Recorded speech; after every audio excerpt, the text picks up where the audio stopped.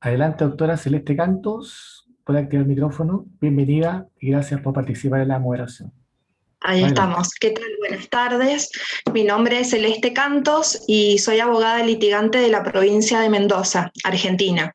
Eh, Ampliando lo que comentaron Manuel, Andrea y Fabiana, el doctor Arce ha preparado 3 hermosos talleres para todos nosotros que se empezarán a dictar el día 1 de mayo. Ay, perdón, el día 27 de mayo a las 4 de la tarde, ¿sí? Y después tenemos otro programado para el día 3 de junio y otro para el día 10 de junio. En esos 3 encuentros se van a tratar temas como la extinción del contrato de trabajo, el reclamo laboral, ¿sí? Indemnizaciones agravadas, una primera parte, y indemnizaciones agravadas, parte 2. Pueden encontrarlos en la página del observatorio, ahí figura el detalle en los flyers y los modos de cómo se pueden inscribir y las opciones de pago que tienen. Dicho esto, quiero agradecer inmensamente el esfuerzo que está haciendo el observatorio para tratar justamente de solucionar este inconveniente que ha surgido de último momento y que todos los que se inscribieron puedan justamente ser parte de esta masterclass. Quiero agradecer también a todo el equipo, a los doctores Manuel Norambuena, Valentina González, bueno, Andrea Pacini, Fabiana Pacini, Andrea Anselmo, justamente, y al doctor Sergio Arce por su inmensa generosidad de permitirme moderar esta masterclass para todos ustedes. Por supuesto, hacer extensivo este agradecimiento a todos y todas las abogadas litigantes que nos están acompañando, dedicando un ratito de esta tarde de un día de semana justamente para capacitarse, a todos los funcionarios judiciales, autoridades e integrantes de los distintos institutos de derecho laboral de todo el país, que también han sido muy amables en compartir en sus distintos foros esta capacitación, que no tiene otro objetivo justamente que enriquecer cada vez más nuestro conocimiento y actualizarnos justamente en temas que hoy por hoy son muy importantes para todos los abogados laboralistas. Ahora sí, voy a pasar a presentar al doctor Sergio Adrián Arce. Es abogado litigante, especialista en Derecho del Trabajo, conferencista, autor y publicista, y autor del libro Indemnizaciones Laborales de la editorial García Alonso, que cuenta con 2 ediciones, la última 2020. Se los recomiendo. También el doctor Arce es autor de distintos artículos y publicaciones relativas a la temática laboral e integrante del Instituto del Derecho del Trabajo del Colegio de Abogados de Morón. Así es que bueno, le damos la bienvenida al doctor Arce. Buenas tardes a todos, ¿cómo están? ¿Me escuchan bien? ¿Se escucha bien? ¿Me escucho bien? Bueno. En primer lugar, quiero agradecer al Observatorio de Abogados por haberme convocado a dar esta charla, esta masterclass, a sus autoridades, al doctor Manuel Norambuena, a la doctora González Valentina, a la doctora Anselmo Pacini y, por supuesto, a la doctora Celeste Cantos, que hoy va a moderar esta jornada. También quiero agradecer la presencia de varios amigos que se encuentran hoy en la sala. Principalmente quiero agradecer y felicitar al doctor Iván Pérez Morelli, que es el actual, hace unos días, que fue nombrado presidente del Foro Permanente de Derecho del Trabajo de la provincia de Buenos Aires. Así que mis felicitaciones y muchas gracias por estar hoy presente.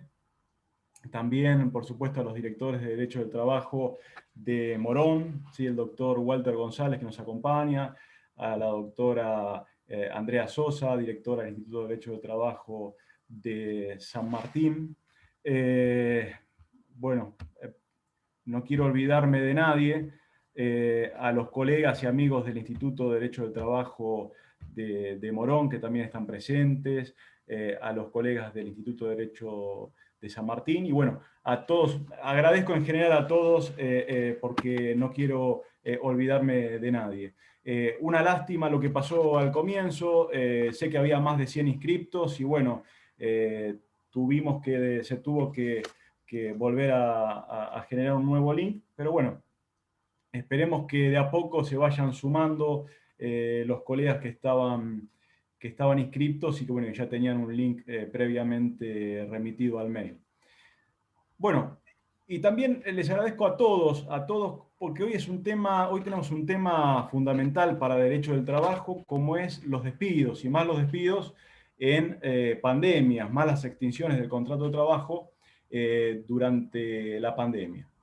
Sé que también había inscriptos colegas de otros países, así que bueno, entiendo que quieren tomar conocimiento un poco de cómo es el panorama de la legislación de la actual normativa de emergencia en el país, así que bueno, también agradecido a todos los colegas que se van sumando, ya tenemos 98 participantes. Pero bueno, arrancamos entonces. Cuando hablamos de despido no hablamos de otra cosa que de la extinción incausada del contrato de trabajo y de estabilidad.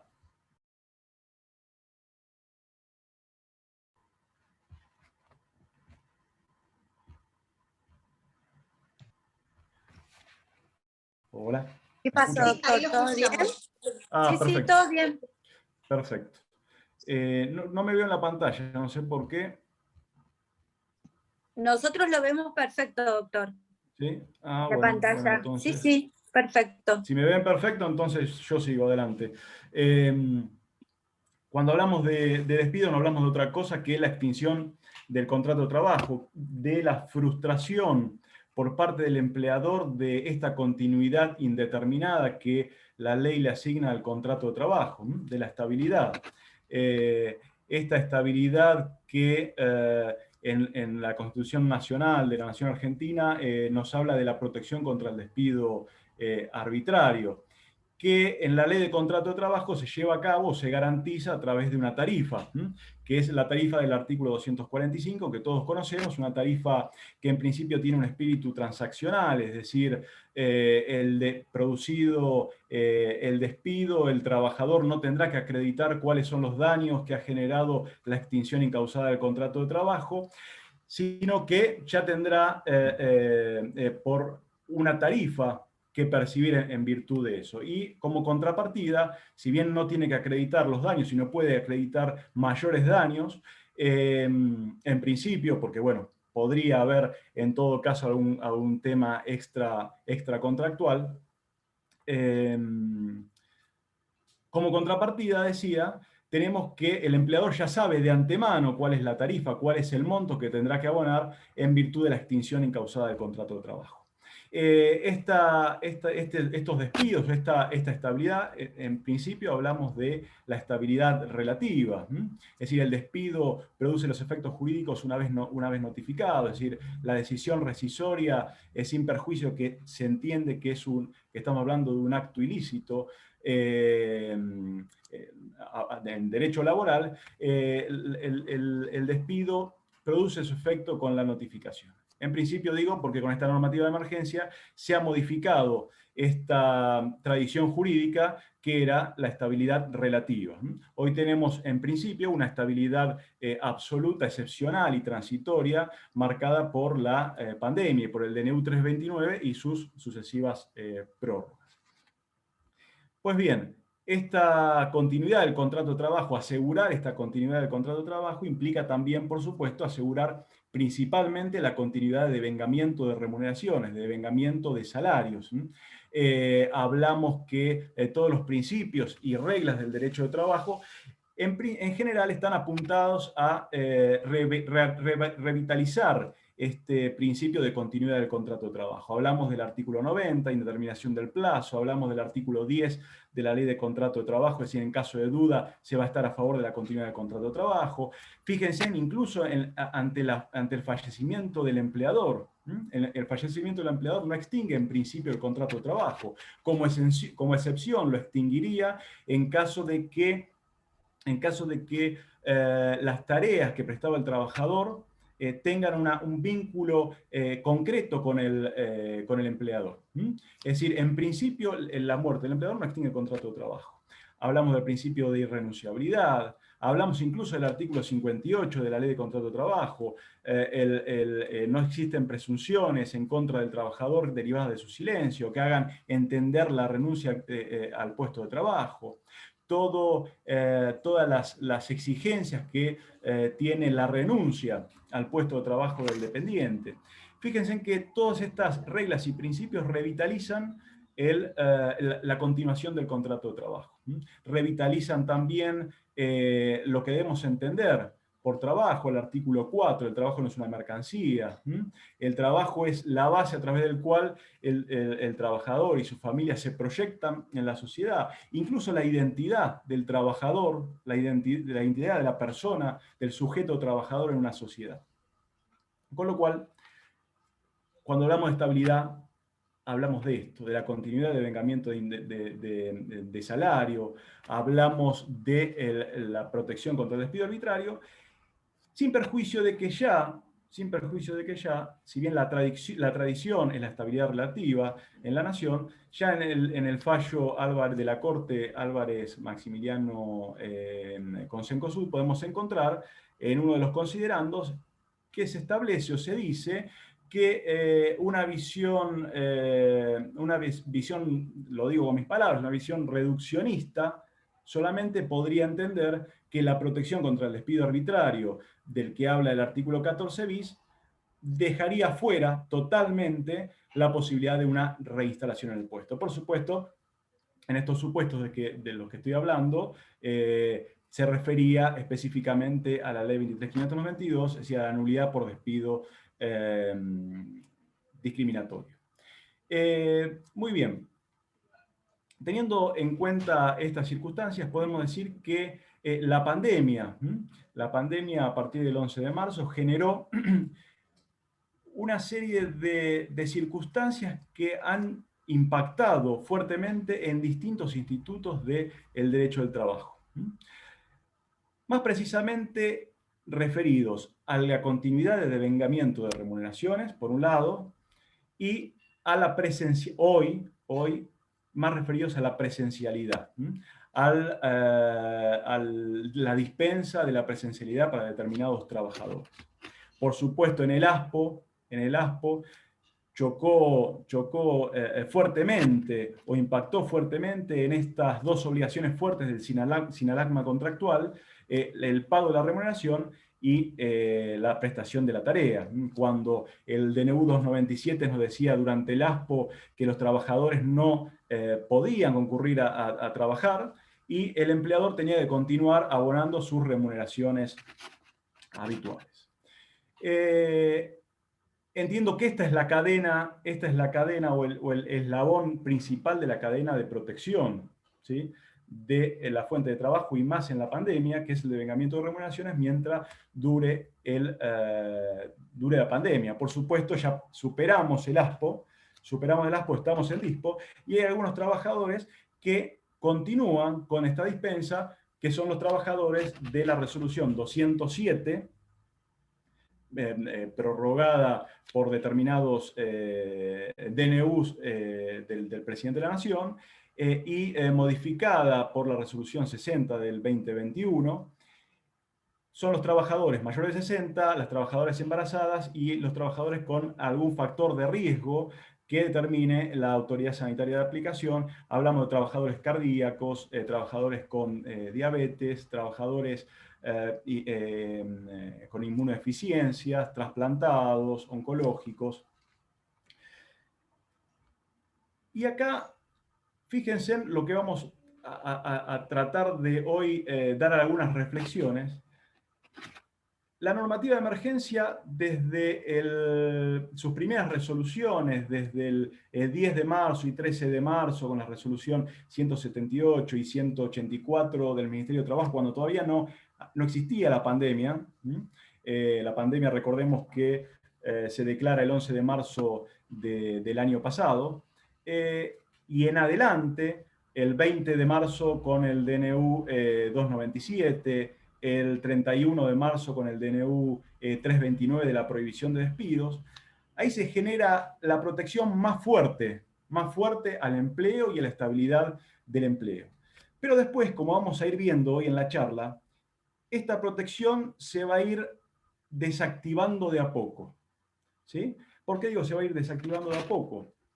Porque tenemos, por ejemplo, que se discutía cuando salió el DNU 329 en su momento, si correspondía a los trabajadores dentro del periodo de prueba, la reinstalación en el puesto, es decir, si esta normativa de emergencia de alguna manera desplazaba el 92 bis y a la facultad del empleador de despedir sin expresión de causa. Y por supuesto la jurisprudencia mayoritariamente estuvo a favor de la reinstalación. También se discutía si correspondía la prohibición, es decir, la reinstalación y la aplicación de la prohibición de despidos en los trabajadores de la construcción, que por supuesto gran parte de la jurisprudencia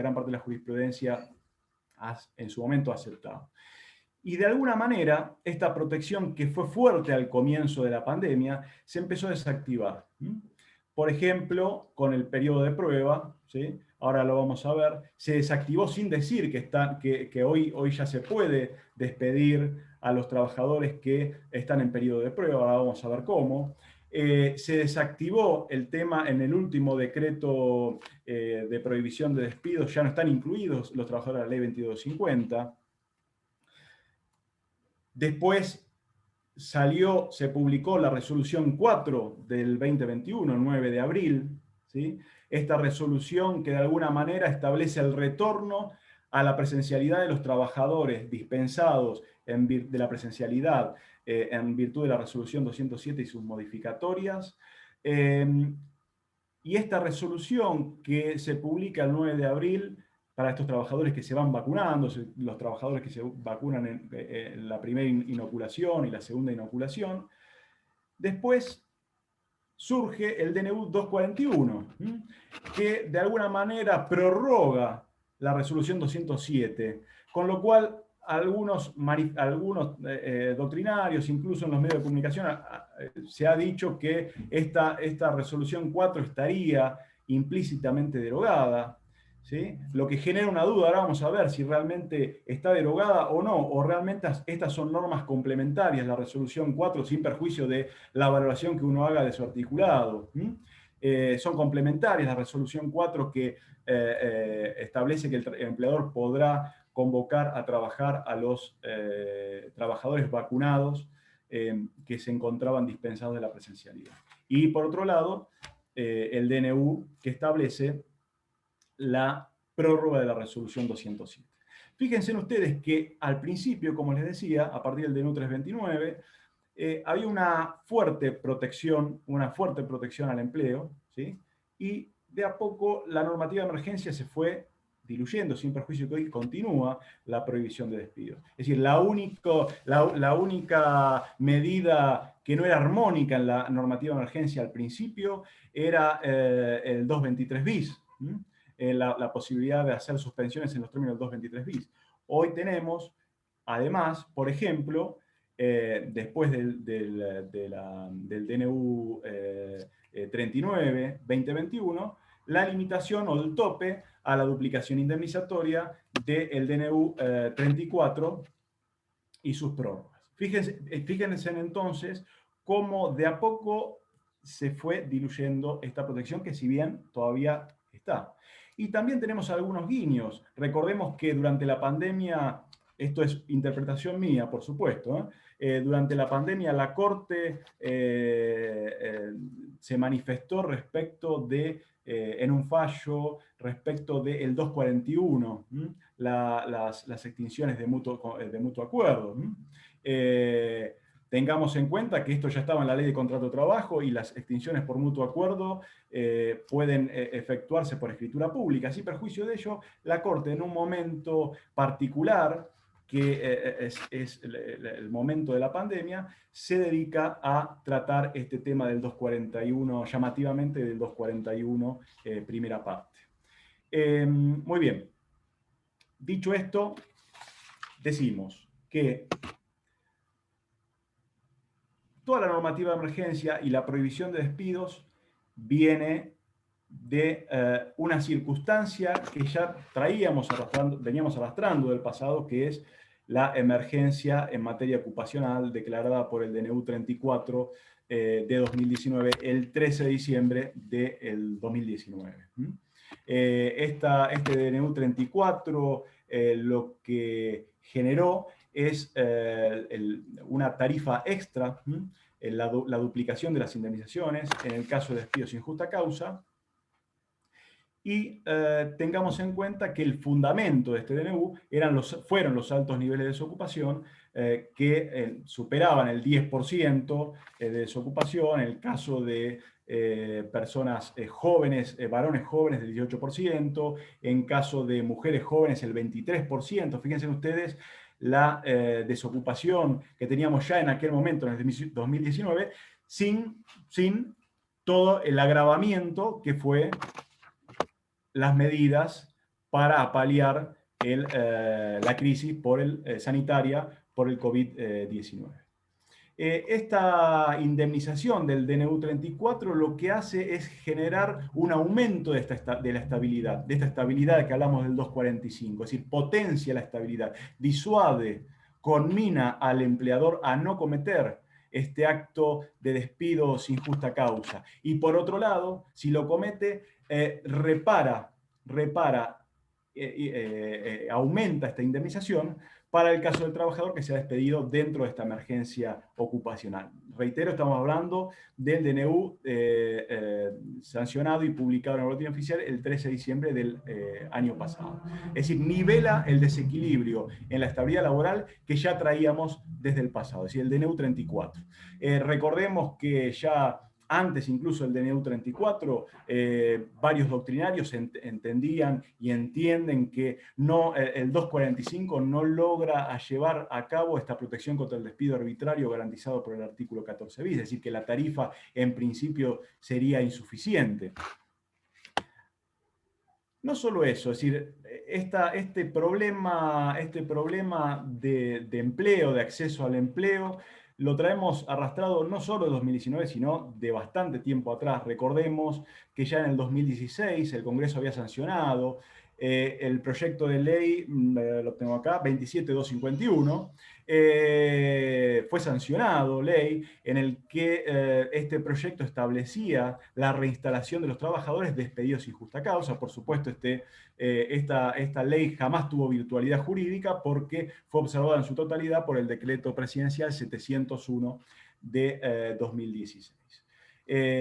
Y no hay que dejar tampoco de lado que toda esta circunstancia del problema de empleo se da también en diciembre del año pasado con una circunstancia, un panorama, un escenario de la ley 27541.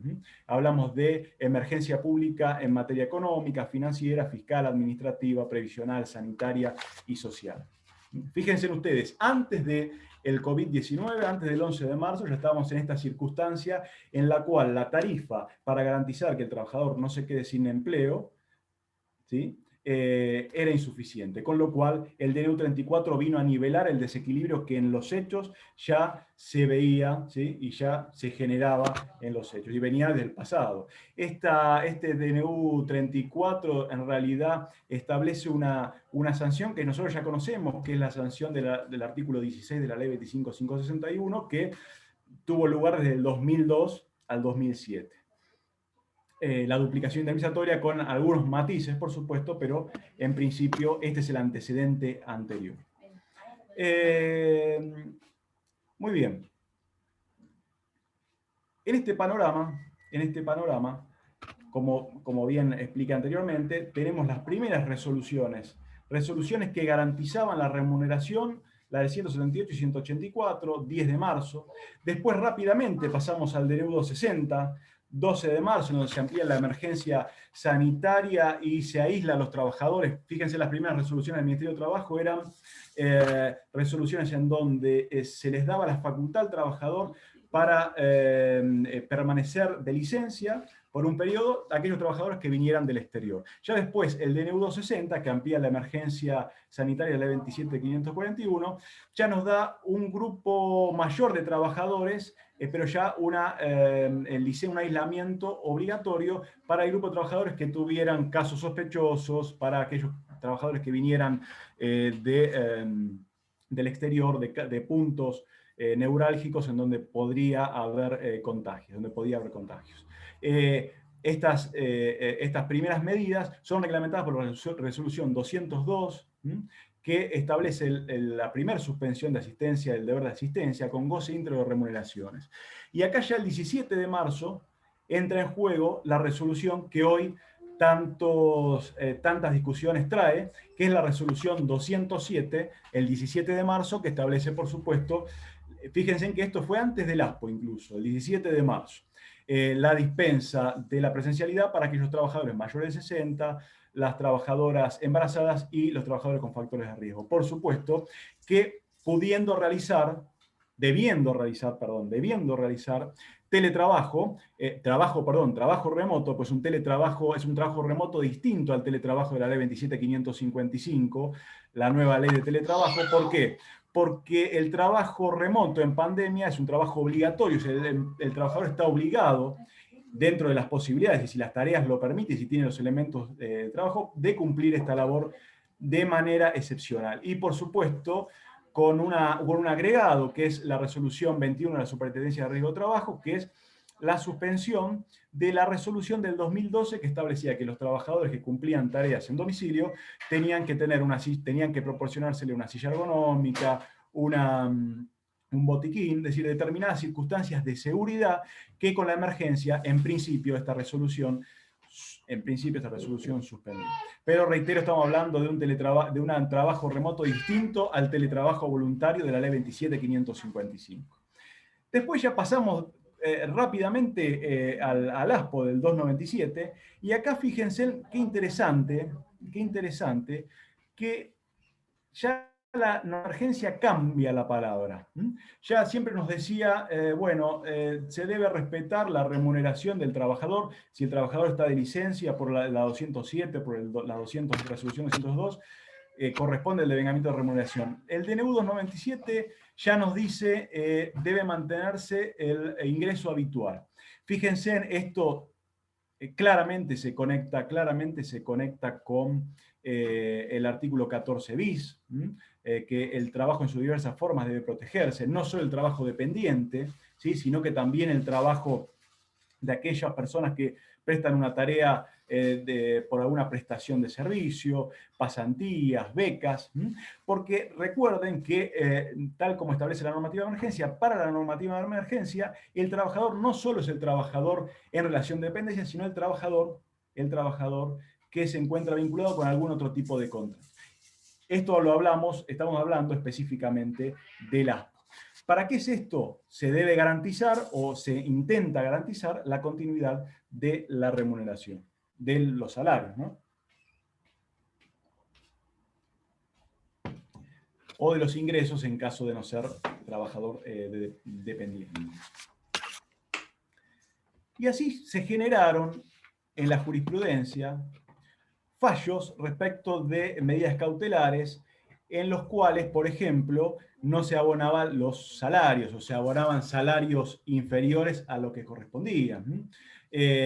Salarios inferiores a lo que les correspondían, ahí se aplicaba el 260, pago a cuenta, y tenemos varios fallos de jurisprudencia en donde, es decir, sin tener el trabajador que considerarse despedido, sin tener que finalizar el contrato de trabajo, pudo obtener de esta manera el reconocimiento de la remuneración. Por ejemplo, los primeros, hablamos de Londoño Pérez con AFP Inversiones, un fallo de los primeros de la Cámara Nacional de Operaciones de Trabajo, juzgado de Feria 2 en aquel momento, es decir, por supuesto con apercibimiento de las 30. Y hay mucha también jurisprudencia respecto de las trabajadoras que en su momento tuvieron suspendidas las clases presenciales de los menores y por tal motivo, en virtud del artículo 3 de la resolución 207, debieron quedarse en su domicilio para cuidar a sus hijos. Acá cuando salió la resolución 207, el artículo 3, la pregunta que nos hacíamos los laboralistas, en general la pregunta que se hacían todos apenas salió esta resolución, ¿qué implicaba esta resolución 207? Porque recordemos que la resolución 207 original establece o dice que las trabajadoras tendrán justificada la inasistencia. Entonces, esta justificación de inasistencia simplemente era, bueno, el empleador no puede intimar por el artículo 244 o además devengaba remuneraciones. Bueno, lo que dijimos en su principio al comienzo, yo escribí un artículo apenas salió esta resolución diciendo que en principio, atento al principio de buena fe, de indemnidad, de intangibilidad salarial, además, en virtud de toda la normativa de emergencia, que siempre que se da una licencia, una dispensa, se garantizaba la remuneración, correspondía, en estos casos, de las trabajadoras que deben cuidar a un menor por estar suspendidas las clases, la remuneración de manera íntegra, tal como establecía el 297 en su momento. Y así fue que la jurisprudencia, en varios fallos, por ejemplo, Gómez Benítez Jessica con Walmart, juzgado de Feria, Espera Jessica, este caso es muy particular, Espera Jessica, porque incluso en su momento el juzgado de primera instancia de la Cámara Nacional de Apelación de Trabajo le hizo lugar, solicitó a la demandada se reconozca la licencia con astreintes, pero después fíjense en que más adelante, cuando surge y cuando se publica en el Boletín Oficial la resolución 1103 del Ministerio de Trabajo, que se publica el 22 de diciembre de este año, que es el momento en el cual se suspende la resolución 207 por el receso de vacaciones, ¿sí? Desde el 22 de diciembre hasta que comiencen las clases, ¿sí? Ya la sala 4 de la Cámara Nacional de Apelación del Trabajo, en este caso Espera Jessica, indicó que no había motivo para continuar con la dispensa. ¿Sí? Se había apelado, por supuesto, esta circunstancia. Tenemos otros fallos respecto, por supuesto, Paratucci y Milagro con Arcos Dorados. Acá había una discusión porque se le había a la trabajadora que estaba con la licencia de la resolución 207 aplicado una suspensión del 223 bis, con lo cual dijo el juzgado en esta resolución, en medida cautelar, que en principio esta reducción salarial no correspondía porque no se podía suspender un contrato que ya estaba dispensado, ¿sí? De la presencialidad que debía tener la remuneración completa. Sin perjuicio de esto, quiero decir o quiero mencionar que hay una duda, o se generó dudas, respecto de qué pasaba con esta resolución 207, artículo 3, del cuidado del menor, para el caso de trabajadores esenciales de la salud más particularmente, porque recordemos que en toda la normativa de emergencia, estos trabajadores de la salud están entendidos como, o las tareas de estos trabajadores están entendidos como una exigencia excepcional de la economía nacional.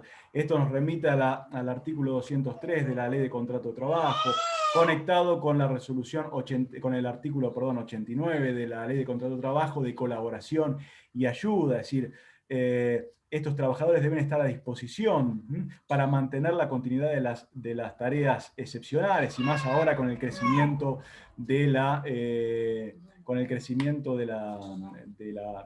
los contagios. ¿Y por qué digo esto? Porque recordemos que, por ejemplo, en la ciudad de Buenos Aires, el decreto 147 del 2020 del gobierno de la ciudad de Buenos Aires estableció que era imprescindible y esencial durante la pandemia, el artículo 2 dice que se suspendan temporalmente las licencias, y esto choca con la resolución 207 y su modificatoria 60 del 2021 de este año. Y así podemos encontrar juzgados contenciosos administrativos de la capital federal que han establecido no otorgar en base a este fundamento, no otorgar esta licencia de la trabajadora. Recordemos, quiero entre paréntesis, porque seguimos con el tema de estabilidad, que aunque esto parezca en principio que no estamos hablando de la estabilidad, estamos hablando intrínsecamente de estabilidad. Porque cuando hablamos de la suspensión del salario de un trabajador, estamos hablando de conflictos que pueden generar o acabar con el contrato de trabajo. Todos los abogados y los abogados laboralistas sabemos que cuando mandamos una intimación por un salario, o cuando mandamos una notificación, o cuando se genera esta tensión, de alguna manera, a la larga o a la corta, el contrato de trabajo se extingue. Esto es así. Es decir, por ejemplo, sacando la época de pandemia, a nadie se le ocurriría que quiera conservar el contrato de trabajo, lamentablemente, enviar una intimación de la ley 24013. A nadie. Es decir, estas intimaciones se envían o se remiten cuando el contrato está finalizado, está pronto al fin.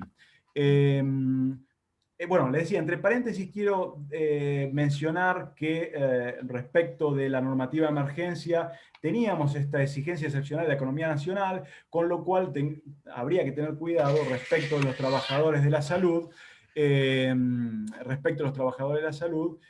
cuando se haga una modificación de la jornada de trabajo, porque recordemos que el 203 nos dice no está obligado a prestar tareas en horas suplementarias, salvo que se requiera por exigencia excepcional de la economía nacional o de empresa, dice el 203, en conexión con el 63 de la LST y el 89. Con lo cual, en pandemia, podría eventualmente un trabajador de la salud, atento a la segunda ola, atento a los casos de crecimiento de los contagios, ser requerido el trabajo de horas suplementarias. Y el trabajador no podría, en principio, negarse en virtud de esta normativa y en la circunstancia que venimos explicando. Muy bien, dijimos que la resolución 207 se modifica con la resolución 60. Ahora, ¿qué pasa con el salario de estos dispensados hoy, actualmente? ¿Qué pasa con el salario de los dispensados del deber de asistencia? Bueno, se ha dicho, porque recordemos que hoy los dispensados, es decir, no están cobrando una remuneración. Los dispensados me refiero a los trabajadores de la resolución 207 modificada por la 60, es decir, los mayores de 60, los que hoy algunos están siendo convocados. Estos trabajadores, en virtud de los últimos decretos del Poder Ejecutivo, en realidad no están cobrando una remuneración, sino que están percibiendo una compensación igual a la remuneración neta que hubieran correspondido si hubiesen estado trabajando. Es decir, no es lo mismo la compensación, por supuesto, que la remuneración. Recordemos que los trabajadores que tengan más de 60 o embarazados, o el resto de trabajadores que estén cumpliendo tareas de manera remota, por supuesto corresponderá el pago de la remuneración. Pero, ¿qué pasa con estos trabajadores? ¿Cuál es la remuneración, es decir, la compensación que hay que abonarles? Es decir, ¿qué pasa, por ejemplo, con el premio o asistencia y puntualidad? ¿Corresponde el premio de asistencia y puntualidad? ¿Corresponde el adicional, por ejemplo, de descanso? ¿Corresponde el adicional nocturno? Bueno, esto se ha planteado en un caso que les traigo de hace pocos días, un fallo reciente de la Cámara Nacional de Operación del Trabajo, la Sala 1, en donde el grupo Arcor S.A. venía descontando a los trabajadores que se encontraban dispensados estos rubros: premio por asistencia y puntualidad, adicional nocturno, adicional por refrigerio, descanso de 30 minutos. Y entonces la Federación de Trabajadores de la Industria de la Alimentación presenta esta acción de amparo, y la Sala 1 establece y ordena el pago de los descontados, y también se abstenga de continuar con los descuentos, ¿sí? Bajo apercibimiento de las 30. Todos estos fallos, este es un fallo muy nuevo, hace unos días que salió. Todos estos fallos igual se los voy a dejar para que los tengan, que son realmente fallos interesantes. Entonces, lo que debemos mantener a estos trabajadores que hoy están dispensados es el mismo nivel de ingresos que tenían. ¿Qué pasaría en una en un trabajador que percibía remuneración variable. Y acá entiendo yo, no está en el fallo, pero entiendo que debiéramos usar la técnica del artículo 208 y hacer un promedio de las remuneraciones variables de los últimos 6 meses para calcular qué remuneración debiera abonarse a estos trabajadores. Bueno, ahora sí, nos metemos de lleno en la pregunta que se viene haciendo en estos últimos días respecto de la resolución 4, es decir, el trabajador que es convocado tiene que ir a trabajar. Esta resolución 4 está derogada implícitamente por el DNU 241, no está derogada, continúa, porque de alguna manera los DNU no dicen nada que esté derogada esta resolución 4. Muy bien. Esta resolución 4, en principio lo que voy a decir es que atenta no solo contra la salud del trabajador, contra la indemnidad del trabajador, hablo del articulado, o sea, vamos a ver si está vigente o no, pero hablo del articulado. Y principalmente, ¿por qué la traigo a esta charla? Porque atenta contra la estabilidad del puesto de trabajo del dependiente, ¿sí? Y ahora vamos a ver por qué. La resolución 4 es publicada en el Boletín Oficial el 9 de abril del 2021. Fíjense, antes de pasar a la crítica de esta resolución 4, que el mismo día que se publica el 9 de abril esta resolución 4, también entra en vigencia el mismo día el DNU 235, que su artículo 7 establece que continúa la prórroga de la resolución 207. Por un lado tenemos dos normas, la resolución 4, que establece que los trabajadores con una dosis de inoculación de la vacuna, de cualquiera de las vacunas hoy vigentes, ahora vamos a ver cuáles trabajadores son con una dosis o con 2 dosis, o los trabajadores con 2 dosis podrán, dice la resolución, ser convocados por el empleador a concurrir a trabajar. Y acá entraría, ¿qué pasa si el trabajador no va, no concurre? ¿Podría el empleador, ahora lo vamos a ver, podría el empleador usar la figura del abandono de trabajo? ¿Qué figura podría usar el empleador o si sería procedente o no? En principio les adelanto que no, por supuesto, pero vamos a hacer el análisis de esto. Digo, sin entrar en la crítica de la resolución, lo que decimos es que, en principio, parece que el mismo día se publican dos normas que colisionan, que se contradicen. Por un lado, el 4 que te dice, podés llamar al trabajador que está vacunado, y por la otra, el decreto que dice, no, mire, continúa el mismo día, el 235, el artículo 7, el 9 de abril. Y dejo el interrogante porque también podrían ser normas no contradictorias, sino complementarias. Y ahora voy a explicar por qué. Esto sin decir que, reitero, critico la resolución 4, a mi modo de ver tendría que derogarse de manera expresa para no generar dudas y conflictos, y que los empleadores, teniendo en cuenta que no ha sido derogada de manera expresa, envíen notificaciones convocando a los trabajadores vacunados. Y dejo para el final esta respuesta si está vigente o no, y si son complementarias o colisionan. Y después se publica el DNU 241, que prorroga también el dispo, genera nuevas medidas de protección, y a su vez, posteriormente, y por último, el 1 de mayo, el DNU 287, que estos 3 DNUs prorrogan la resolución 207.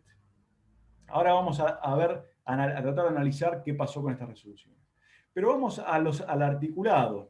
Vamos al articulado de la resolución 4. La resolución 4 nos dice que los trabajadores podrán ser convocados con una sola dosis, los incisos A, B y C de la resolución 207, trabajadores embarazadas, mayores de 60, enfermedades con alguna enfermedad de factor de riesgo, pueden ser convocados con una sola dosis de la vacuna. Es decir, en principio no es oportuna la resolución porque se da cuando está el crecimiento de los contagios, el pico de los contagios. En segundo lugar, si ustedes ven los fundamentos de esta resolución conjunta del Ministerio de Salud con el Ministerio de Trabajo, En ningún momento se dan datos estadísticos respecto de la eficacia de la vacuna que haga o que garantice o que de alguna manera dé garantías de un riesgo mínimo para la presencialidad de los trabajadores en el puesto de trabajo. Por otro lado, entiendo que el único fundamento que se esgrime en los considerandos de esta resolución es que los empleadores deben recuperar fuerza de trabajo de alguna manera que ha sido perdida, que son estos trabajadores que están dispensados. A lo cual debemos tener presente que hoy ya pasamos del ASPO al DISPO y la mayoría de los trabajadores están concurridos a su lugar de trabajo.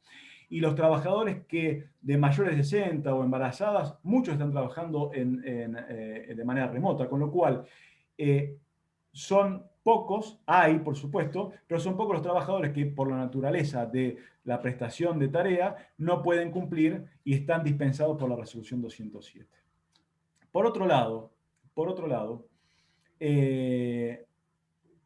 si ustedes entran, cualquiera de ustedes que puede ingresar a la página del Ministerio de Salud, por supuesto, yo estoy hablando sin desentender la bondad de las vacunas, y yo estoy a favor de las vacunas, y es correcto, tenemos que estar, que todos vacunarnos, eso es decir, no hay duda. Sin perjuicio de ello, en el Ministerio de Salud, en preguntas frecuentes, podemos encontrar, por ejemplo, si entráramos en este preciso momento, está actualizada la página, podemos encontrar en las preguntas frecuentes, respondidas, por supuesto, por el Ministerio de Salud, información que otorga el Ministerio de Salud, establece que la única, es decir, que el momento en donde el paciente queda inmunizado es solamente con la inoculación de ambas dosis, de las dos dosis, del tratamiento completo y pasado 14 días. Con lo cual, en principio, una resolución que indique que un trabajador con una sola inoculación pueda concurrir a trabajar, parece contradecir lo que el Ministerio de Salud establece en su página web. Por otro lado, respecto de trabajadoras embarazadas, el Ministerio de Salud en su página establece que corresponde y alienta su vacunación, pero por otro lado dice y manifiesta que no hay estudios todavía científicos que establezcan la eficacia en trabajadoras embarazadas. Con lo cual, una trabajadora que es, fíjense en cómo tiene que ver con la estabilidad, una trabajadora que tiene una sola dosis y que es convocada a trabajar, tiene dos opciones. O priorizar su puesto de trabajo y arriesgar su salud, o arriesgar su salud y priorizar, es decir, al revés, priorizar el puesto de trabajo y concurrir, o quedarse en su casa y priorizar su salud y poner a riesgo su puesto de trabajo. Fíjense en ustedes el grave dilema que genera esta resolución 4. Una trabajadora embarazada de 4 o 5 meses que con una inoculación puede ser convocada.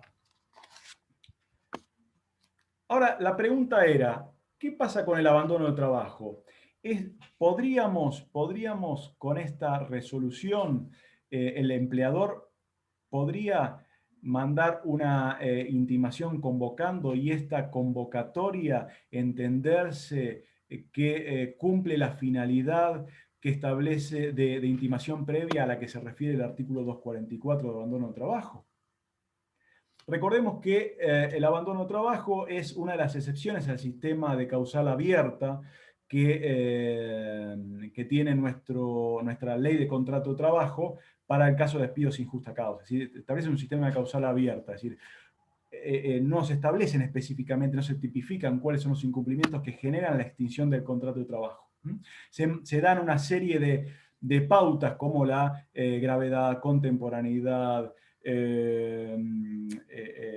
relación de causalidad, ¿sí? Debemos evaluar cuantitativa y cualitativamente la causa para ver si corresponde el despido o no corresponde el despido. Es decir, sistema causal abierta. Salvo, por supuesto, la única excepción, el despido con causa en abandono de trabajo. Pero para ello se requiere un incumplimiento previo, que es la inasistencia injustificada al puesto, para que el empleador pueda intimar a retornar, en principio de la buena fe, a retomar las tareas.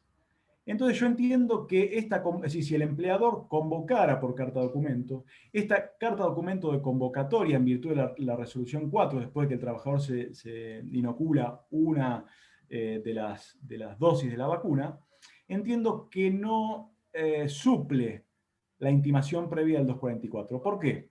No la suple porque requiere el incumplimiento previo, que es la ausencia injustificada. Y acá no estamos hablando de una ausencia injustificada todavía porque está amparado en la resolución 207. Eventualmente, de manera técnica, podríamos decir que solo se configuraría este incumplimiento para poder remitir la intimación del 244 una vez que, siendo convocado, el trabajador no concurriese.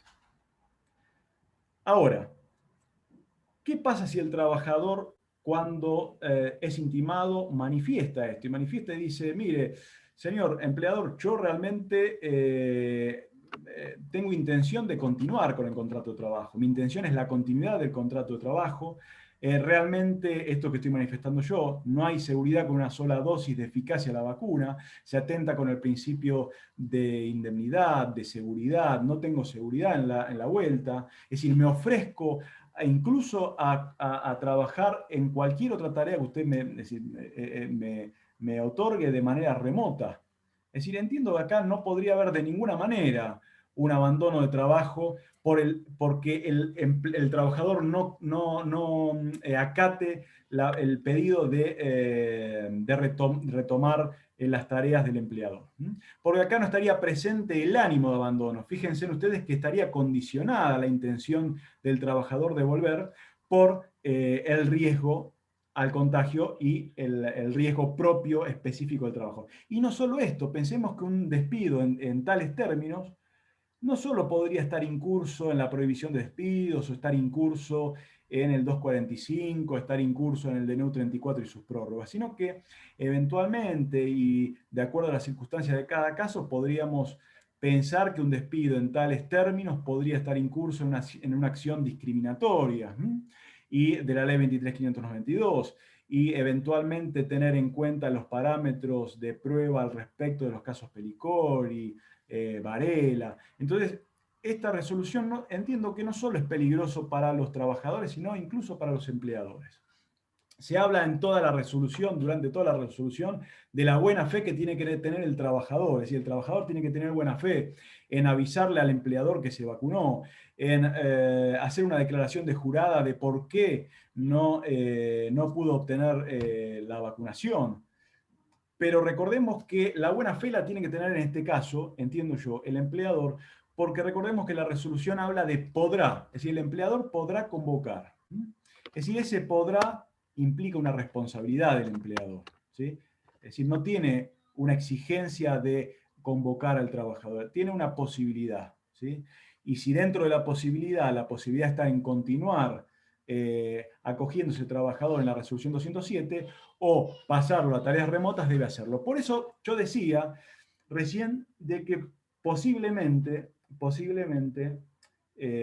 esta prórroga de la resolución 207 y la vigencia simultánea con la resolución, las prórrogas de la resolución 207 por los DNU y la resolución 4 no sean contradictorias, sino que sean complementarias. Es decir, me refiero a los trabajadores que no tienen los requisitos para poder volver a la presencialidad, como ser los trabajadores no vacunados, los trabajadores que están exceptuados de esta, ahora vamos a ver cuáles son los exceptuados al retorno, de alguna manera tienen que continuar con esta resolución 207 que está prorrogada. Fíjense en que el DNU 241, cuando prorroga, dice que se prorroga la resolución 207 y sus modificaciones, con lo cual podríamos entender que cuando dice modificaciones habla de la resolución 4, sin perjuicio de que entiendo yo debiera ser expresamente derogada. Pero esta cuestión de no expresarlo o de no manifestar en el DNU expresamente que la resolución 4 sigue vigente o que la resolución 4 fue derogada, genera una inestabilidad.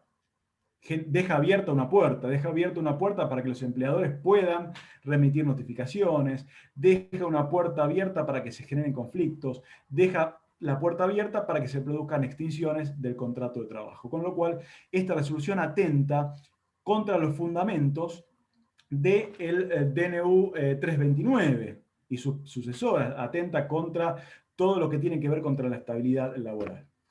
Sigamos adelante, yo no sé cómo vamos con el tiempo, Celeste, no quiero abusarme del tiempo. Vamos bien. Bueno, seguimos. Entonces. Perdón, Sergio, empezamos un poquito, unos minutitos más tarde, así que extendete porque está muy interesante, así que termina tranquilo. Bueno, si les parece, seguimos entonces con esta resolución un poquito más y vamos adelante. Les agradezco porque veo que seguimos más o menos con el mismo nivel de público, así que entiendo que les y vos te va viendo, y vos te va viendo. El análisis. Si no cambiamos de tema, pero... No, tranquilo, yo le voy midiendo el rating. Muy bien, gracias, Fabiana. Bueno, entonces, decíamos, con una inoculación, todos los trabajadores, en principio, de la resolución 207. Pero, después de esta resolución, nos dice que hay algunos trabajadores que pueden ser convocados recién con 2 dosis, pasados los 14 días. ¿Cuáles son? Fíjense, acá ya hace una distinción. Los trabajadores de la salud con alto riesgo de exposición. En ningún lado de la resolución establece cuáles son los trabajadores con alto riesgo de exposición, pero entendemos que serán los trabajadores que están, que trabajan en una UTI, una unidad intensiva, o trabajo que tengan conexión con personas contagiadas. Es lo que interpreto, sin perjuicio que no lo dice, con lo cual esto también puede traer o generar conflictos en donde un trabajador diga, no, mira, yo soy un trabajador de alto riesgo de exposición, y el empleador diga, no, usted no es un trabajador de alto riesgo de exposición. Y esto también genera conflictos. Es decir, hasta el momento, al principio la normativa de emergencia, como digo, no era pareja, salvo el 223 bis. Hoy tiene circunstancias que algunas parecen... generar conflictos que son evidentes, estos conflictos, ¿no?, que se pueden generar. Sin perjuicio de que entiendo que acá también podemos tomar mano de las medidas precautorias, es decir, y no genera el distracto, pero genera conflicto igual. Muy bien, decíamos, los trabajadores con 2 dosis. Fíjense, acá ya también hace una división con el personal de salud. Tenemos personal de salud que no tiene alto riesgo de exposición y que va a poder ser convocado con una dosis de la inoculación. Y trabajadores de la salud con alto riesgo de exposición que podrán ser convocados después de 2 dosis. Y también hace una distinción, otra distinción más. ¿Cuál es la distinción? Que estos trabajadores de las 2 dosis tienen que ser o trabajadores del inciso B y C de la resolución 207, es decir, embarazadas o con factores de riesgo. Es decir, los trabajadores con más de 60, aunque trabajen en alto riesgo de exposición, con una sola inoculación pueden ser convocados. Fíjense en la gravedad, entiendo yo, de esta resolución. Después, igual quiero ver, me gustaría también, si quieren opinar, también pueden hacerlo, por supuesto. Tenemos excepción. ¿Quiénes no pueden ser convocados? No pueden ser convocados los trabajadores con factores de riesgo de la resolución 627-2020, los del artículo 3, inciso 5 y 6. Hablamos de los trabajadores con inmunodeficiencias, HIV, los pacientes con oncológicos, con tumores y los trasplantados. Estos trabajadores de ninguna manera pueden ser convocados a trabajar por el momento. Y entonces ahí sí va la razón de ser de la continuidad y la prórroga de la resolución 207, porque si la resolución 207 no estuviese vigente, con sus modificaciones y prórrogas, ¿cómo se devengaría la resolución de estos trabajadores? La remuneración de estos trabajadores. O la compensación, porque no es remuneración, la compensación de estos trabajadores. Se devenga la compensación porque los DNU continúan haciendo vigente la resolución 207. Perdón, Doc, disculpe que lo interrumpa. ¿Podría repetir la normativa que ampara a las personas enfermas con tratamiento oncológico? Sí. Sí, una resolución, la resolución 627 del 2020 del Ministerio de Salud. Es esta resolución lo que se establece es cuáles son los trabajadores con factores de riesgo.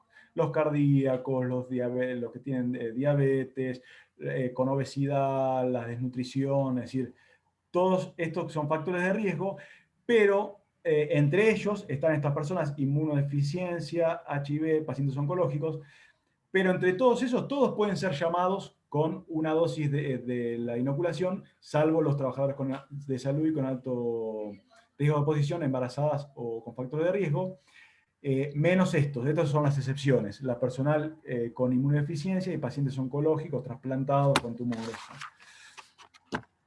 Ahora, no menos grave es el sistema o el método para la presentación. Fíjense en lo que dice la resolución.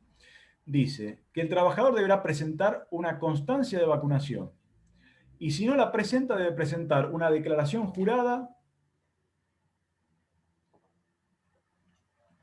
del motivo por el cual no pudieron acceder a la vacuna.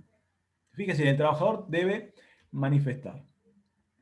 Y en caso, porque recordemos que la vacunación es opcional, en caso de que opte por no vacunarse, fíjense en lo que dice la resolución, el trabajador deberá actuar de buena fe y llevar a cabo todo lo que esté a su alcance para paliar los perjuicios que su decisión pudiera originar al empleador. Es decir, los perjuicios que el mismo trabajador, es decir, no volviendo, pudiera ocasionar al empleador. Realmente esto que acabo de leer, entiendo yo, colisiona con principios fundamentales del derecho del trabajo y del derecho en general. Es decir, colisiona con la intimidad del trabajador. Si el trabajador no tendría por qué decir si está vacunado o si no está vacunado. Condiciona con la vida privada porque de alguna manera condiciona al trabajador a vacunarse, siendo que es decir, sin perjuicio de que todos queremos vacunarnos, pero podría tranquilamente el trabajador decir, no, yo no quiero vacunarme, y está en todo su derecho. Colisiona con la protección de datos personales del trabajador, no tiene por qué informar estas circunstancias. Colisiona con la vida privada, así con la decisión del trabajador. Más allá de la indemnidad del trabajador y la estabilidad, que es lo que venimos hablando, la estabilidad en el puesto de trabajo, elegir si vacunarme y volver al trabajo o no quedarme y arriesgarme a perder el trabajo. Y colisiona asimismo con una resolución de la normativa de emergencia, que es la resolución 5 del 2020, de agosto del 2020. Les leo lo que dice la resolución, a ver si ustedes coinciden conmigo, que es una contradicción. Dice, dice, a ver... ¿resolución de qué organismo? Perdón, ¿de qué organismo es esa resolución? De trabajo. Gracias. Dice... entiendo, yo la marqué como trabajo, pero sí, no, es trabajo. Digo porque a veces salud y Ministerio de Trabajo son conjuntas. Esta podría ser, realmente no lo recuerdo, pero podría ser conjunta. Pero fíjense ustedes, me llama mucho la atención la resolución 4 en comparación con esta resolución. Escuchen lo que dice la resolución 5 del año pasado. Los empleadores no se encuentran facultados para exigir certificados médicos o estudios de COVID para el ingreso y reingreso a sus tareas, a los trabajadores, por supuesto. Es decir, hay una contradicción clara. Es decir, no se puede solicitar certificados médicos, no se puede hay una grave contradicción. También atentaría contra la confidencialidad de datos personales, la ley 25.326, contra la ley 26.529, reserva de tratamientos del paciente. Entonces, bueno, repito, creo que no es adecuada esta resolución, entiendo que no es para nada pertinente, que desentona en toda la normativa de emergencia, realmente desentona. Y acá, los abogados de los trabajadores diremos, bueno, esta resolución quedó derogada implícitamente por los DNU que siguieron. Los empleadores, ¿qué dirán? Dirán, no, mire, esto no es un choque de normas, sino que dirán, esto es, en realidad son normas complementarias, porque la resolución 207 y sus prórrogas debe continuar. ¿Para qué? Para aquellos trabajadores que no tienen todavía las condiciones para el retorno, es decir, los que todavía no se vacunaron, o incluso los trabajadores, porque dice el empleador podrá convocar. Si no los convoca, continúan con la resolución 207. Entonces, desde ese punto de vista se entendería la vigencia simultánea de ambas, de la resolución y el decreto.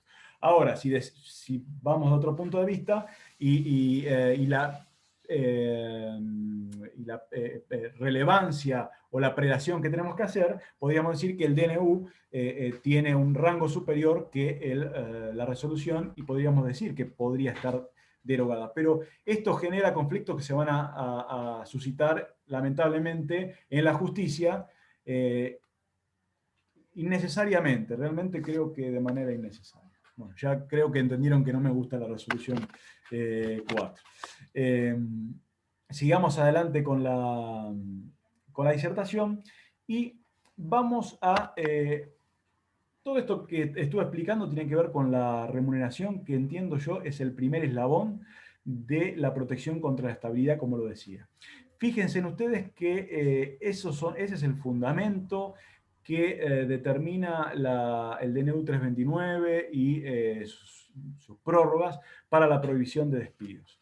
Recordemos que ya antes de la prohibición de despidos, del 31 de marzo, teníamos el DNU 34 que potenciaba la estabilidad, esta estabilidad pese al DNU 34, al 245, pese al artículo 8 del DNU 297 que establecía que los trabajadores en ASPO tenían que continuar percibiendo la remuneración. Pese a todo esto, apenas se publicó el DNU 297 del ASPO, se empezaron a producir despidos por sin justa causa, despidos por fuerza mayor y falta de emisión de tarea, una cantidad de despidos terribles, con lo cual, es decir, era notorio que el DNU 34 no lograba disuadir al empleador de no cometer el acto del despido. Y fíjense ustedes qué interesante que el acto del despido, de alguna manera podemos decir que en aquel momento que no existía la prohibición de despidos, se usaba para generar un fraude y eludir la continuidad del pago de remuneración. Es decir, la normativa de emergencia mandaba pagar la remuneración en el ASPO.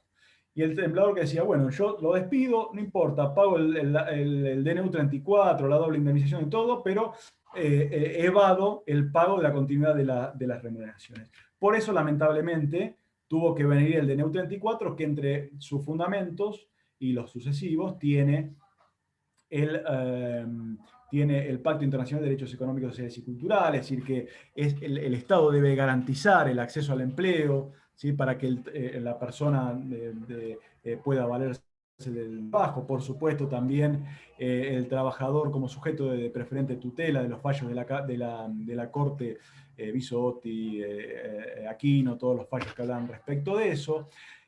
También se nos habla del 1730 y 1733 del Código Civil. Recordemos, esto es muy importante. ¿Qué pasaba antes de la prohibición de despido? Es decir, y con ya la pandemia, estos despidos por falta o omisión de tarea, es decir, ¿podían ser procedentes? No, porque ya existía una normativa que hacía las veces de normativa en contra como excepción al principio de ajenidad o a la excepción del eximente de responsabilidad del 1730-1733. Es decir, esta normativa era la normativa que mandaba a pagar las remuneraciones. Hablamos de 1730 y 1733. Incluso podíamos hablar también podíamos estar hablando de acciones discriminatorias. 329, como decimos, 329 que tiene sus modificaciones y sus prórrogas. En principio, el 329 fue prorrogado por varios DNU, hoy el último es el 266, que tiene vigencia hasta el 31 de mayo, pero en aquel momento, el 31 de marzo, ingresaban todos los contratos, los nuevos contratos, todos los contratos. La modificación del 29 de julio, es decir, la prórroga del 29 de julio, con el DNU 624 de prohibición de despidos, ahí genera la primera modificación y la primera atenuación de la protección. ¿Por qué? Porque ese DNU 624 trae dentro de su articulado una nueva estipulación que dice que los contratos celebrados con posterioridad a la entrada en vigencia de este DNU 624, es decir, el 30 de julio, no tendrán protección. Es decir, los nuevos contratos a partir del 30 de julio no tenían protección, con lo cual ahí ya se desvirtúa o se deja sin efecto la discusión si corresponde o no el periodo de prueba en la prohibición de despidos, porque los nuevos contratos a partir del 30 de julio no tienen esta protección de la prohibición de despidos. Y después, el recorte de la prohibición de despidos fue más allá, porque el DNU 39 del 2021, del 23 de enero del 2021, establece que no es de aplicación la prohibición de despidos a los contratos celebrados con posterioridad a la entrada en vigencia del DNU 34. Fíjense en el recorte que hace. Es decir, la protección que antes le habíamos dado a los contratos se la sacamos y solamente se va a proteger a los contratos de prohibición de despidos y de duplicación indemnizatoria a los contratos que fueron celebrados con anterioridad a la vigencia del DNU 34, es decir, anteriores al 13 de diciembre del 2019. Entonces acá ya se acaba la discusión del periodo de prueba sí, el periodo de prueba no. Otro recorte más, ¿sí? Del 266, de este último decreto de prohibición de despidos, es los trabajadores de la construcción. Si los trabajadores de la construcción no entran en la prohibición de despidos, quedan afuera. También una circunstancia que generaba dudas. Tenemos, es decir, en la jurisprudencia nacional, teníamos varios fallos respecto de los trabajadores de la construcción. Por ejemplo, los primeros fueron Romero Iván Alan contra Brimax, una medida cautelar, un juzgado de Santa Fe, eran 10 trabajadores de obra pública, habían sido despedidos. Otro, Río Negro, Quintana Rubén, una cautelar de la Cámara del Trabajo de Cipolletti. Fíjense ustedes, mucha jurisprudencia a favor de la reinstalación de los trabajadores de la construcción. Entendiendo... No, perdón, pero le hago una consulta. ¿Le puedo hacer una consulta ahí? Perdón que lo interrumpa. Esta nueva modificación, en donde ahora es específica, digamos, de qué trabajadores van a quedar por fuera de esta prohibición de despido, no afecta a los anteriores, en donde esto no... En los despidos que se producían antes de estas modificaciones, en donde no hacía explícito, sobre todo el primero, ¿no? Que yo soy muy mala con los números, el primer decreto que no hacía ningún tipo de diferenciación, decía todos. Para nada. Entonces nosotros ahí decíamos, recordemos al comienzo, cuando salió el 329, los abogados laboralistas decíamos, yo escribí un artículo que salió los primeros días de abril para la editorial García Alonso, que todavía está en la página, si lo quieren ver, en donde antes de que hubiera toda esta jurisprudencia, uno pensaba y decía, bueno, si la normativa no hace diferencia, ¿por qué tenemos que hacer diferencia nosotros, los trabajadores de la construcción? Porque claramente el trabajador de la construcción, cuando salió el DNU 34, que duplicaba las indemnizaciones, que también escribió un artículo del DNU 34, decíamos, se aplica la duplicación al fondo de cese laboral, y ahí yo dije, si fui realmente objetivo, y dije, realmente entiendo que no.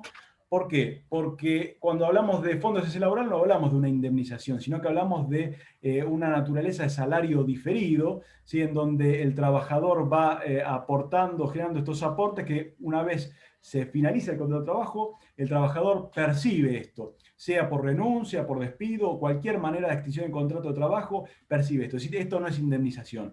Y además, teniendo en cuenta los antecedentes que ya había tenido la ley 25.561 al respecto. La duplicación indemnizatoria de allá entre el 2002 y el 2007 generó muchísima jurisprudencia, que incluso pueden encontrar, hay un boletín de jurisprudencia de la Cámara Nacional de Operaciones del Trabajo, en donde se habla, por ejemplo, hay un fallo muy conocido, el fallo Tartaglini, que nos dice que no es duplicable las vacaciones, ¿sí? La indemnización por vacaciones no es duplicable. ¿Por qué? porque se decía esto, que las vacaciones no es un rubro que se perciba en consecuencia de un despido arbitrario, sino que se percibe, es un rubro obligatorio, se percibe cuando el trabajador renuncia, cuando cualquier modo de extinción del contrato de trabajo, incluso la muerte del trabajador, genera su devengamiento a favor de los causantes. Y siguiendo esta línea, claro, por supuesto. Pero acá hago, ahora, si quieren ya nos metemos directamente en esto de los rubros. Sí. Discúlpame, no sé si te queda mucho para cerrar. Hay algunas preguntitas en el chat de algunos colegas respecto de lo que has estado hablando.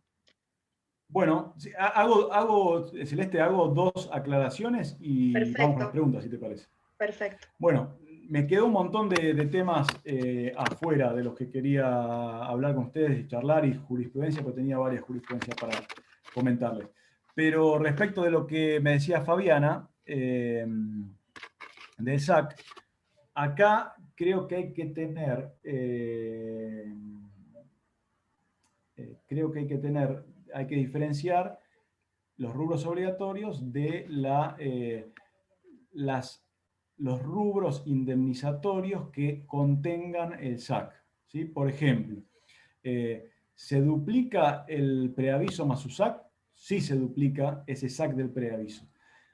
No porque sea un rubro salarial, porque en realidad ese SAC del preaviso no es un rubro salarial, sino que ese SAC integra la indemnización del preaviso. Recordemos la fórmula de cálculo, que esto, Celeste, lo vamos a tratar en los cursos, en los próximos talleres de liquidaciones laborales, de extinción del contrato de trabajo.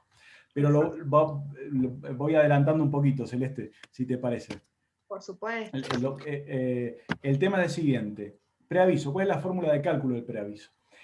Es la normalidad próxima. Hay que poner al trabajador en la misma situación salarial que hubiese tenido si hubiese trabajado en el periodo de preaviso. Si un trabajador tiene más de 5 años de preaviso, corresponde percibir esos 2 periodos de preaviso. Y si hubiera estado trabajando, le correspondería haber percibido el SAC de esos 2 meses. Con lo cual, esa fórmula de cálculo integra SAC. Pero no es el SAC no como rubro salarial, sino como rubro indemnizatorio. Lo mismo el rubro integración, lo mismo el rubro indemnización por antigüedad en algunas jurisdicciones, por ejemplo, la provincia de Buenos Aires, no en la capital federal, porque en la capital federal, es decir, en la Nación, hay un fallo plenario, que es el fallo Tulosay, si no recuerdo mal, del 2009, por ahí anda, en donde establece que el 245 no debe tener incluida la parte proporcional del SAC. Entonces, en ese caso, no correspondería la duplicación, pero sí en el preaviso omitido que debe tener el SAC, porque la fórmula de cálculo es el salario que el trabajador hubiera percibido ese mes o esos 2 meses del preaviso. Incluso si el trabajador hubiese tenido aumentos salariales, por ejemplo, el trabajador es despedido en marzo y el sindicato acuerda un aumento salarial para abril y para mayo, por más que fue despedido en marzo, el preaviso debe contener ese aumento salarial de abril o de mayo. ¿Por qué? Porque ese salario es el que hubiese percibido el trabajador si hubiese estado trabajando. Ese es el monto de la indemnización. Después hay, respecto de la duplicación, hay posiciones encontradas en la jurisprudencia de la ley 25.561 sobre qué rubros se integran, pero en principio todos coinciden que es el 245, 232 y 233.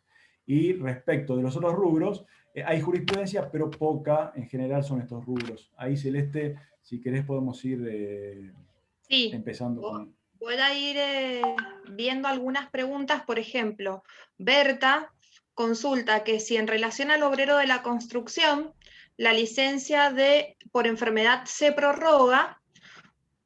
Esperen que se me fueron las preguntas. Si la licencia por enfermedad se prorroga porque en el caso puntual, digamos, el empleador le había dicho que no se aplicaba para la actividad, la prórroga de la construcción. No, entiendo que son 2 cosas distintas.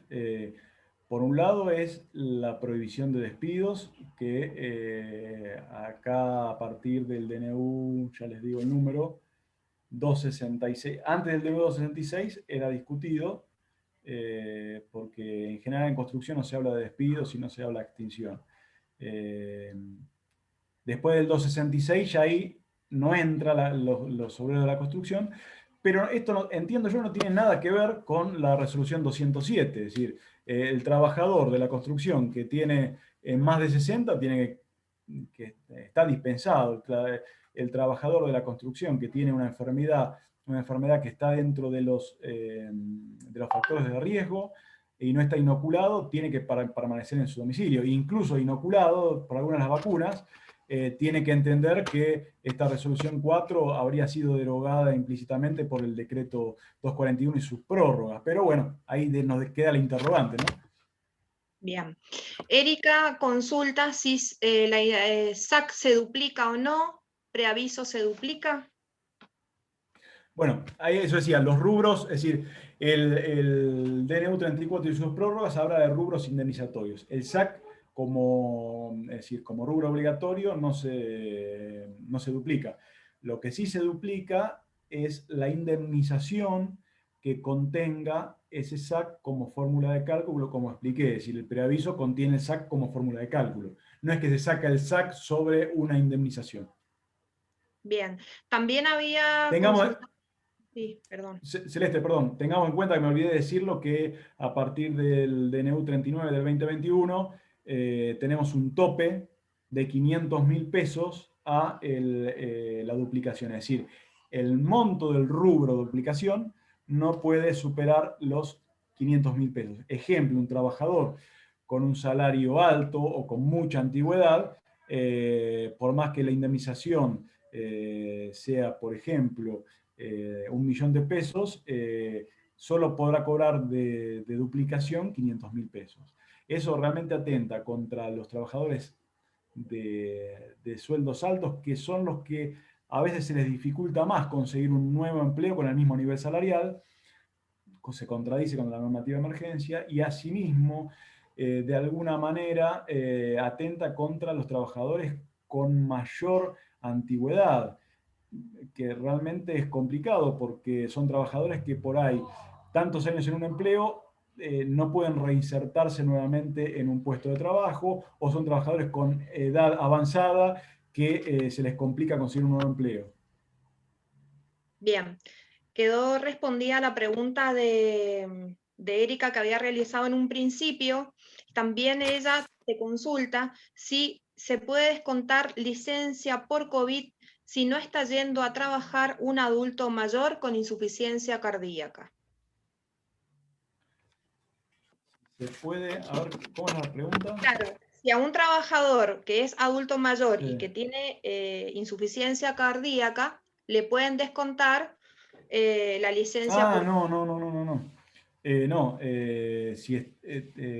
Ahí hay mucha jurisprudencia en donde se han presentado amparos, otras medidas tendientes a que se les reconozca la licencia y se abone lo que corresponda como compensa, es decir, no como remuneración, sino como compensación no remunerativa igual a la remuneración habitual.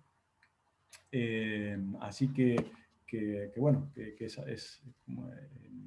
deben abonarle. Es decir, en caso que le abonen de manera insuficiente o parte de la remuneración, ese monto es tenido en cuenta como pago a cuenta del artículo 60. Igual tengamos en cuenta, aclaro una cosa, Celeste, que el trabajador que le pagan menos podría presentar una medida para que le paguen el resto, o tranquilamente podría decir: yo continúo percibiendo menos y cuando quiera lo reclamo, porque recordemos que acá, es decir, va la prescripción del artículo 256, es decir, tenemos los 2 años de prescripción. Siempre, por supuesto, el trabajador va a querer reclamar, pero si es poco, a veces genera una rispidez presentar una medida antes que esperar y reclamar. Es decir, estoy hablando lamentablemente en contra estoy hablando a favor de los trabajadores, quizá el abogado quisiera presentar un recurso, pero tengamos en cuenta esto, ¿no? Bien. Lidia de San Martín había consultado también si la enumeración de los exceptuados era taxativa o de criterio restrictivo. ¿De los exceptuados de qué? ¿De la previsión? Sí, de la 207, calculo, de la resolución 207.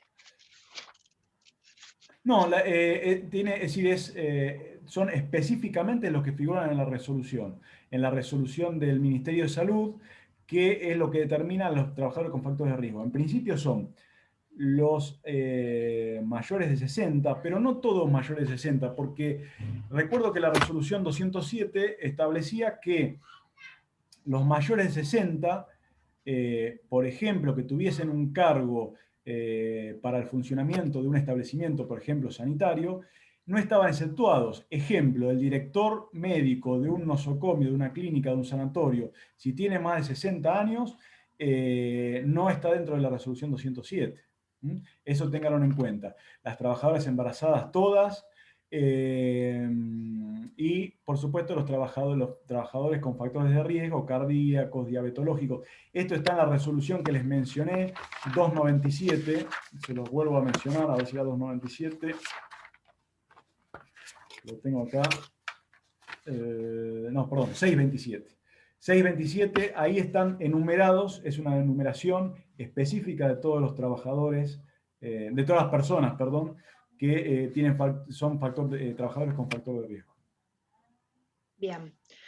Carlos te pregunta, Sergio, ¿podría plantearse amparo para lograr la integridad de la remuneración, ya que en algunas dependencias del Estado se le han descontado a los trabajadores premios y adicionales, invocando que se trata de un pago por compensación y no de remuneración, con fundamentos en el fallo de la Sala 1 de la Cámara Nacional del Trabajo? Entonces, te reitero, claro, el ¿podría fallo... plantearse amparo para lograr la integridad de la remuneración? Sí, Celeste, el fallo que mencioné es de la Sala 1. Pero entiendo yo que sí, porque debe tener, ya esto lo decía la normativa anterior, sin perjuicio que ya no estamos en ASPO, pero la finalidad, entiendo yo, es la misma y la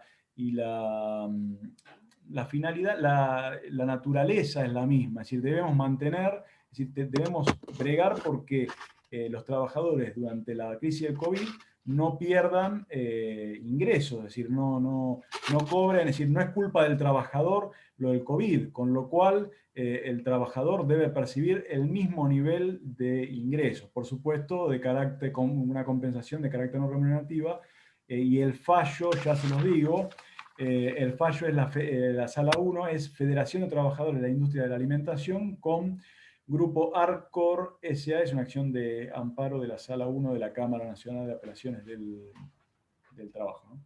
Bien. Diego Mancuello, consulta, el tope de los 500.000 pesos que estábamos hablando recién, ¿no sería discriminatorio e inconstitucional? Bueno, yo ahí di algunas opiniones respecto de por qué entiendo que es incorrecto lo del tope, porque contradice de alguna manera la primigenia normativa, que es que el trabajador en esta emergencia no va a poder conseguir un nuevo trabajo, o se le va a dificultar con los altos niveles de desocupación y en la crisis del COVID conseguir un trabajo. Y téngase en cuenta, como decía, que a los que afecta esta medida son a los trabajadores quizá con una edad avanzada, que tienen una larga antigüedad, que genera varios periodos de antigüedad que computados genera una indemnización grande, que después posiblemente no puedan conseguir un nuevo empleo, o a los trabajadores con altos salarios que comúnmente no llegan a generar un estado de salarial igual al que tenían. Con lo cual, siguiendo los parámetros de Bisotti, podríamos plantear, hay que ver qué es lo que sucede, pero no sería descabellado plantear la inconstitucionalidad de este tope, ¿no? Bien.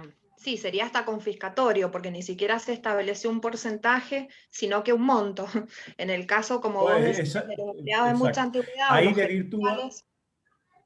Claro, ahí comparto con vos, Celeste, muy bueno, muy bien lo que manifestás, porque desvirtúa, al ser un monto, desvirtúa los dos pilares en los que se basa la reparación, que son la antigüedad y la remuneración. Es decir, no pone un porcentaje, como hace la Corte con Bisotti, sino que dice, bueno, 500.000 pesos para todo el mundo. Si tenés 20 años de antigüedad, si cobrés lo que cobrés, es un monto fijo, y eso realmente entiendo yo, es confiscatorio, y de acuerdo a cada caso particular, puede ser más gravoso o menos gravoso, pero entiendo que habrá que ver en cada caso concreto, ¿no?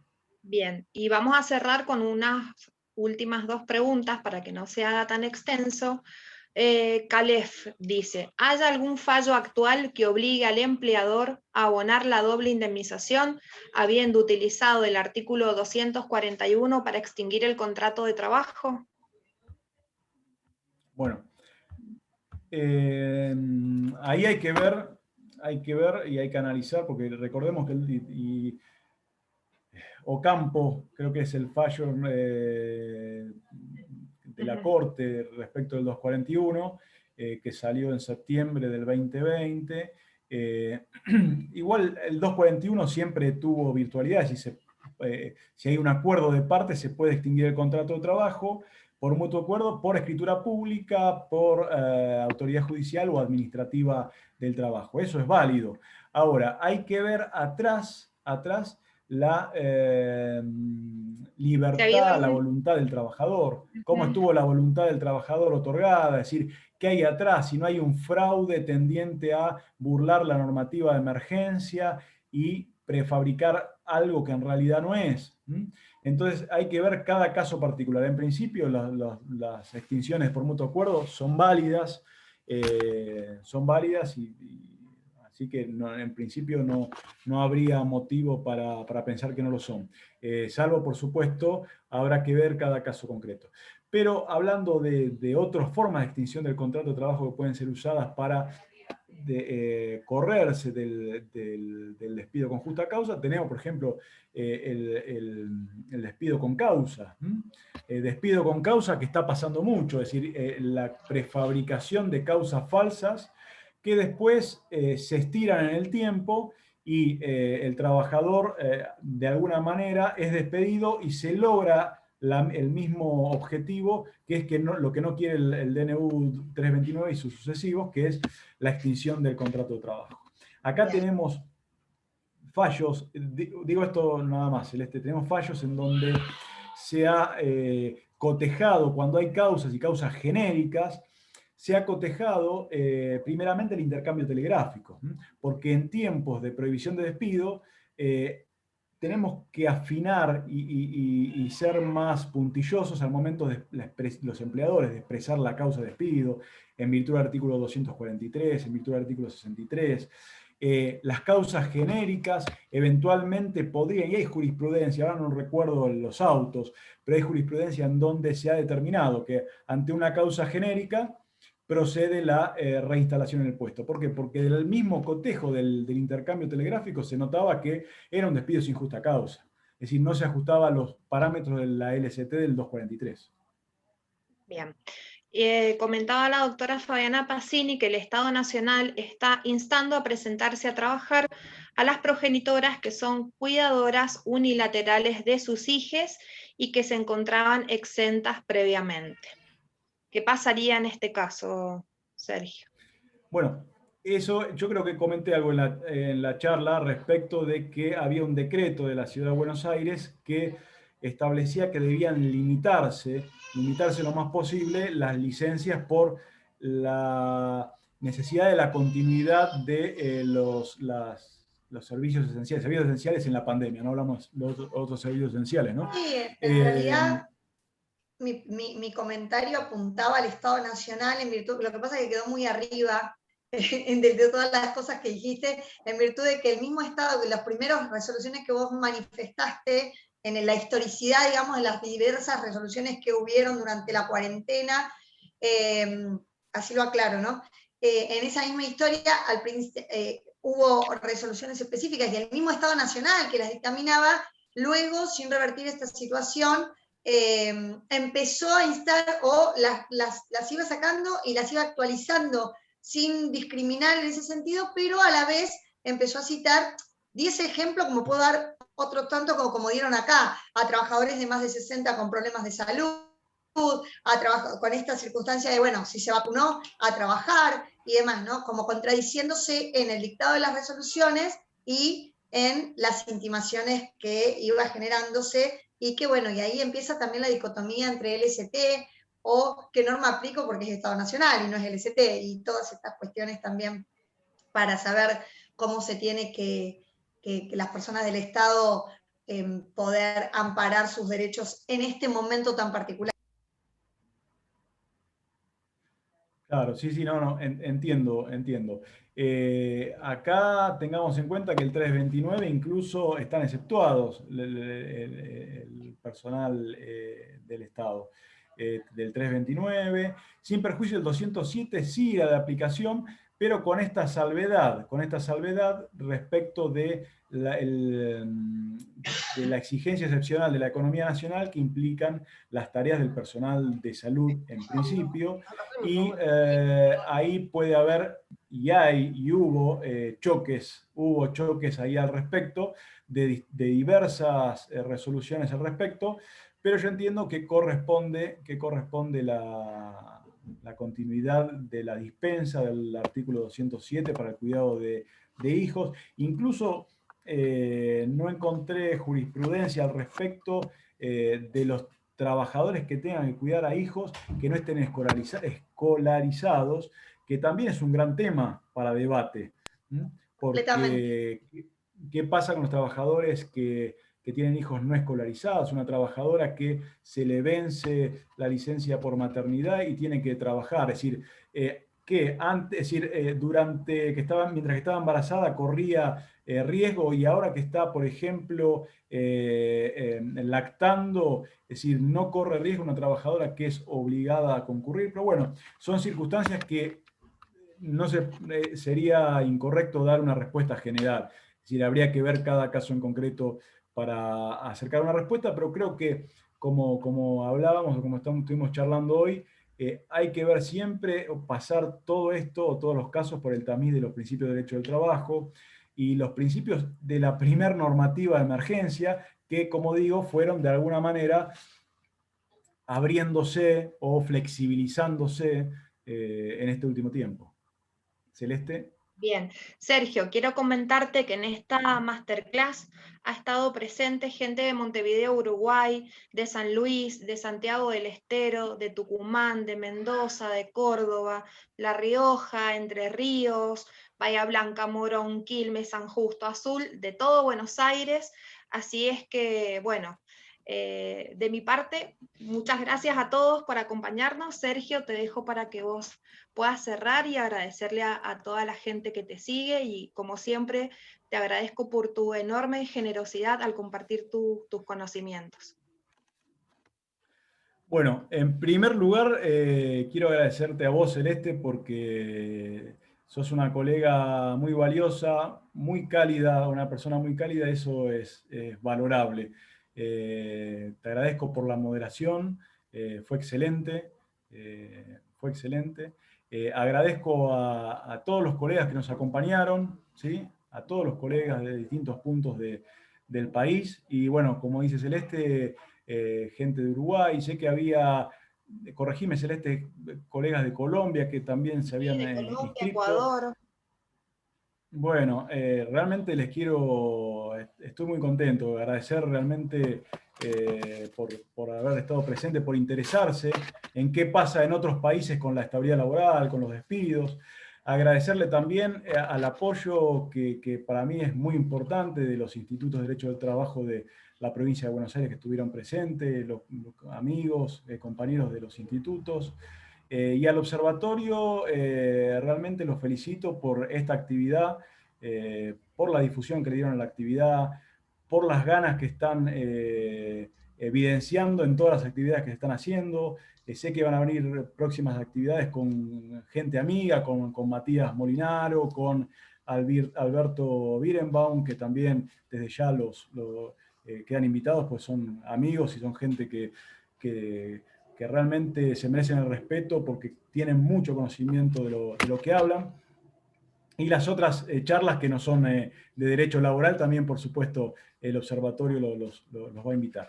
Y yo los invito a partir del 27 de mayo, junto con el observatorio y con el auspicio del Colegio de Abogados de Morón, se van a dar una serie de talleres prácticos, ¿sí? Específicamente prácticos, con teoría, por supuesto, pero apuntados al colega para el ejercicio de la profesión. Así que los invito a entrar a la página del observatorio, a chequear los cursos que tiene el observatorio, y les agradezco a todos. La verdad que muy agradecido a todos los asistentes y a todos los organizadores. Muchas gracias. Mis felicitaciones, excelente. Muy bien, para dar el cierre, Celeste, ¿querías agregar algo más? Porque me dejaron a mí para cerrar, aunque la veo a la doctora Valentina González ahí. Bueno, no. A ustedes también. Gracias. Todas. Bueno, agradecer de vuelta a todos, no es redundante el agradecimiento porque la verdad que hubo todo el tiempo, viste que a mí me trajeron para medirte el rating, Doc, así que todo el tiempo 90, 100, 99, 100, 99, 100, y entiendo que debe haber gente afuera que estaba esperando que se hiciera un lugar para ingresar, por eso entendía que bajaba 99 y subía 100 constantemente, porque el derecho laboral es de los derechos, de las ramas del derecho, las que más utilizamos normalmente los abogados. No es mi área, pero sí es un área que trabajo bastante, sobre todo en la práctica profesional, que cuando llegan los casos de la universidad hay que atenderlos igual, y entonces algo hay que saber respecto de derecho laboral. Así que reiteramos la invitación para los talleres. Los esperamos en el Observatorio de Abogados para diversa cantidad de charlas, talleres, jornadas, diplomaturas, posgrados y demás en las distintas áreas del derecho, así que están todos invitados. Muchas gracias, les mando un saludo, veo a la doctora Marian ahí, que se prendió la cámara, le mando un besito. Gracias por haber estado y nos vemos la próxima. Por suerte no tuvimos ninguna interrupción. Hasta luego. Felicitaciones a todos y a todas. Felicitaciones, Gracias. Sergio, como siempre. Gracias. Adiós. Gracias, Andrea. Muchas gracias.